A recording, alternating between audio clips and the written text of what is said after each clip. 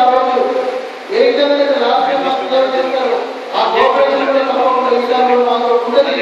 వచ్చే ప్రజలకు రాష్ట్రంలో కొత్తగా మనం బ్యాక్లైట్ పోలీసులు మనం పెట్టాం కాబట్టి చాలా మంది కూడా ఇబ్బంది కాలేదు. ఇక ఇబ్బందులు వస్తే కింది మాట్లాడాలంటే మా అన్నింటిలో ముందుకు వెళ్తాము.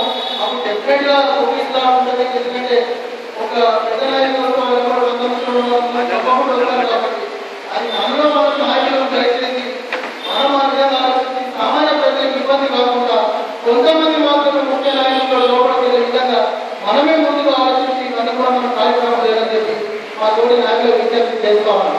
అదేవిధంగా ఇక్కడ కూర్చున్న మా సోదరులు కార్పొరేటర్లు కూడా స్వయంగా ఈ పండుగను వారి ఇంట్లో జరుగుతున్నట్టు కూడా ఆ ఇద్దరు సోదరులు కార్పొరేటర్లు కూడా కోణంతో వచ్చి రాస్తే కూడా 2 రోజుల పాటు సేవ చేస్తామని వారు కూడా మనస్ఫూర్తిగా ధన్యవాదాలు తెలియజేస్తూ అదేవిధంగా టీఆర్ఎస్ పార్టీ తరఫున రాష్ట్ర ఏసీపీ గారికి 100 మంది వాలంటీర్స్ మా కార్యకర్తలకు ఇవ్వడం జరిగింది.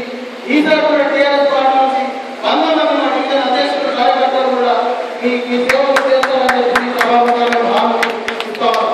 అదేవిధంగా చివరిగా ఇంకో విషయం విజ్ఞప్తి చేస్తాము. ఇప్పుడు మా ప్రభావం అన్నట్టు అమ్మవారికి కళ్ళు శాఖ కోసం కానీ మన సోదరుల శాఖ పట్టించేది మనం కొంచెం ఆలోచించాలి.